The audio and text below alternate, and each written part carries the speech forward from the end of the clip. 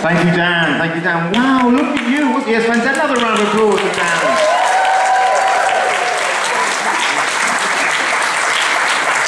Wow, look at you. You all look very wonderful and glistening. Glistening, that's not sweaty. You don't look sweaty at all. You're lovely and glistening. Are you enjoying our summer?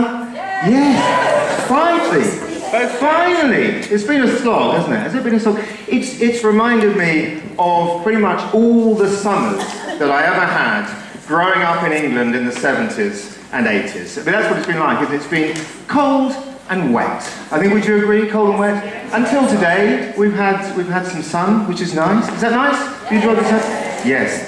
Do we have any holidaymakers in tonight? Has anybody travelled afar? Anybody? You've travelled. Thank you for coming. Anybody camping? Oh, and at the back, is there a hand? Anybody camping? Oh, well done. Great, you just come in to use the toilets, haven't you? Probably. That's. No, thank you. Thank you for coming. Thank you for leaving your tents and coming into the warmth and a chair, a proper chair. With the weather that we have been having, it reminded me of all the summer holidays that I had growing up, which I mainly spent in a damp Devonian field, shivering under canvas, because my family loved to go camping. I mean, I call it a holiday, but when you go camping in England, it's not a holiday, is it? It's a military endurance exercise, isn't it? And I remember it because my dad, my dad was an insurance salesman, and for the Prudential. That's irrelevant. Anyway, he was an insurance salesman. But for 2 weeks of the year in Devon, he would become like a brigadier, you know, or some sort of colonel-in-chief. And meanwhile, my mum would just be rocking and weeping in the corner, you know, having to fend for her offspring on what was essentially just a kind of candle. And you know, they could have saved an absolute fortune, I remember thinking, if they'd just, you know, said to us, right, we're going to go and live in the kitchen for 2 weeks, put your sleeping bags on the floor, we're going to open the windows and leave the taps running. And we'd have had the same experience, but it would have been cheaper, with no travelling. Anyway, but my first ever camping holiday, it was in Devon. And it rained for the entire 2 weeks.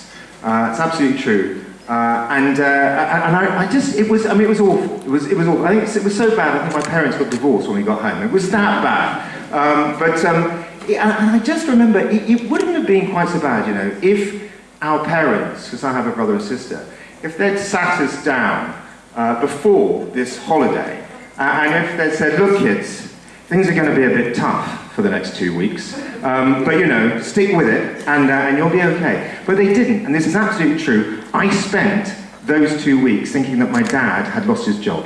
Absolutely true.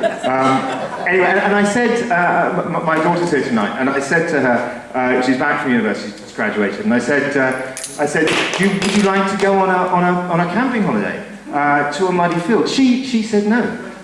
Which is, you know, fair enough. And I do think it's a bit odd that having endured so many horrific camping holidays, I still, when she was growing up, I would inflict them on her. I don't know what it's about. There's some therapy issues there, I think.